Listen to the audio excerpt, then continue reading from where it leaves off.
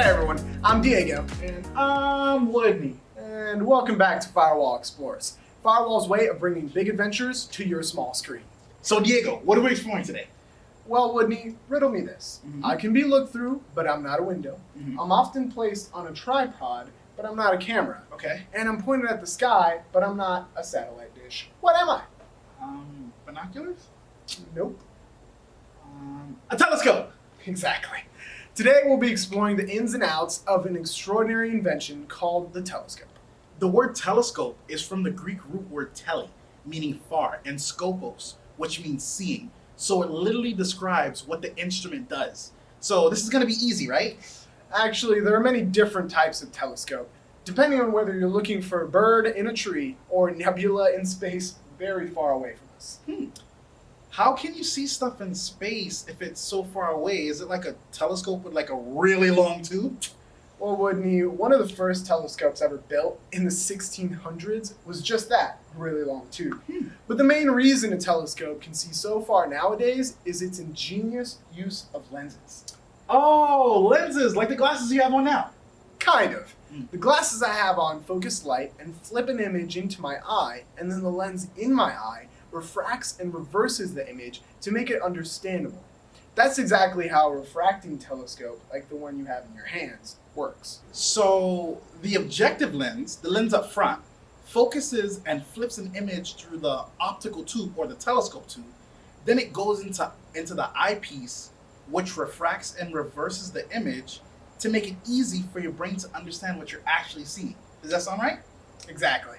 But that is only refracting telescopes. Here we have a compound telescope. How do you see stuff in space with that? It's so small.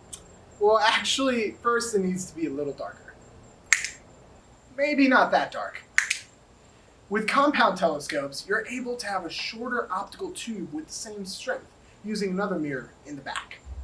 Well, why are there so many parts? Your eye only has one lens, and it does the job well enough, right? Yeah, but to maintain such a small body on this telescope, they added multiple parts on the inside. You see, light comes into the telescope and goes to the refractor lens that forms the image, and then it goes through the reflector lens, which bounces off the object. Most people may use a simple telescope, like the one in your hands, but scientists will use a compound telescope like this, because they need to see things either further away or more precisely. So are reflection and refraction two different things? Of course. Reflection involves a change in direction of light when it bounces off a barrier, like when you look in a mirror. Refraction involves a change in the direction of light as it passes from one medium to another, meaning as it passes through a lens, it will bend and slow down the light. A good example of this is a magnifying glass. That really is ingenious. So what can we actually see through this thing? Whoa! Is that the moon? It looks so big and crisp. I was blind, but now I see how ingenious this device is. Matter of fact, I'm gonna stay a while. You could end the episode. Well, I hope you guys at home enjoyed today's video and learned more about telescopes. Make sure to follow us on Instagram and Facebook as we post hints about where Woodney and I will be next week. And guys, don't forget to comment below about other topics you guys might want to learn about.